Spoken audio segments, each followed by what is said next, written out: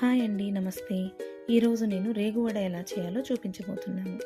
అర కేజీ రేగు పండ్లను తీసుకుని నీట్గా కడిగి తుడిచి ఇలా తుంచుకొని రోట్లో వేసుకొని దంచుకోవాలండి.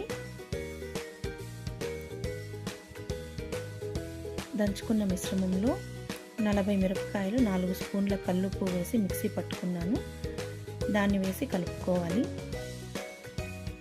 అంతా బాగా కలిసే వరకు బాగా మిక్స్ చేసుకోవాలండి. చాలామంది బెల్లము వేసుకుంటారు. మా వారికి నచ్చదు కాబట్టి నేను ఇలాగే చేసేస్తున్నాను. ఇలా బాగా మిక్స్ చేసిన తర్వాత ఉప్పు కారం సరిపోయిందో చూసుకొని కావాలంటే వేసుకోవచ్చు.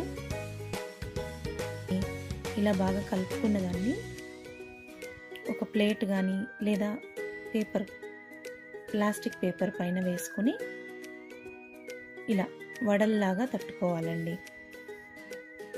వడల్లాగా తట్టకుండా ఈ రేగి వడలని మనము 2 రోజుల పాటు ఎండలో ఉంచుకుంటే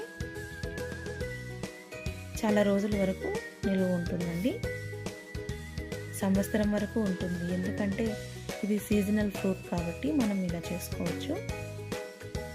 ఈ వీడియో కనుక మీకు నచ్చినట్లయితే please like, share and subscribe my channel Mounika Karanam.